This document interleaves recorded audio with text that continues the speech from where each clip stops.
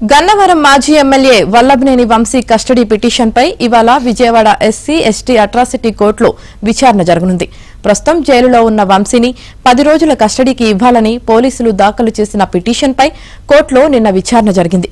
ఇరుపక్షాల వాదనలు విన్న అనంతరం న్యాయాధికారి విచారణను ఇవాళ్టికి వాయిదా వేశారు.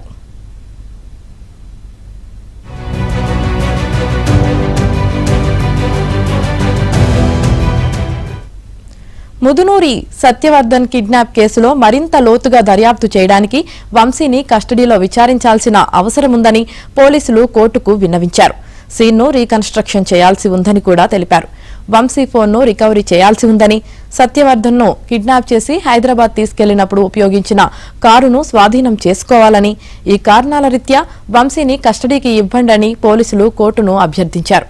వారి తరపున ప్రాసిక్యూషన్స్ జేడీ రాజేంద్ర ప్రసాద్ వాదనలు వినిపించారు. సత్యవర్ధన్ను కిడ్నాప్ చేసిన కేసులో 11 మంది నిందితులు ఉన్నారని, వారిలో 5గురు మాత్రమే అరెస్టయ్యారని, మరో 6గురిని ఇంకా అరెస్టు చేయాల్సి ఉందన్నారు. వంశీ తరపున మాజీ ఏఏజీ పొన్నవోలు సుధాకర్ రెడ్డి స్పందిస్తూ ఈ కేసులో సీన్ రీకన్స్ట్రక్షన్ అవసరం లేదన్నారు. సత్యవర్ధన్ బయటే ఉన్నందున అతన్ని విచారిస్తే అసలు కోణాలు బయటకు వస్తాయని చెప్పారు. కిడ్నాప్ కు ఉపయోగించిన కారును స్వాధీనం చేసుకోవడానికి వంశీని కస్టడీకి తీసుకోవాల్సిన అవసరం లేదన్నారు.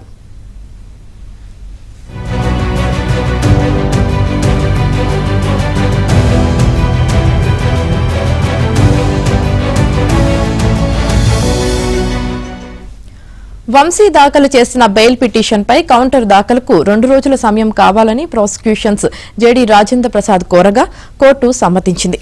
అలాగే సత్యవర్ధన్ కిడ్నాప్ కేసులో అరెస్టై రిమాండ్లో ఉన్న ఖైదీలుగా ఉన్న వెంకట శివరామకృష్ణ ప్రసాద్, నిమ్మ లక్ష్మీపతి బెయిల్ పిటిషన్పై న్యాయస్థానం ఇవాళ విచారణ జరపనుంది.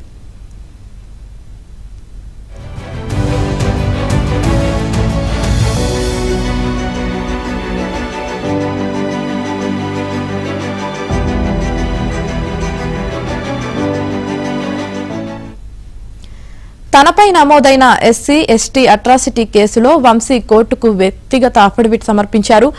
తాను పోలీసులకు కొత్తగా చెప్పాల్సింది ఏమీ లేదన్నారు. ఒకవేళ కస్టడీకి ఇచ్చినా సమయం వృధా అని తెలిపారు.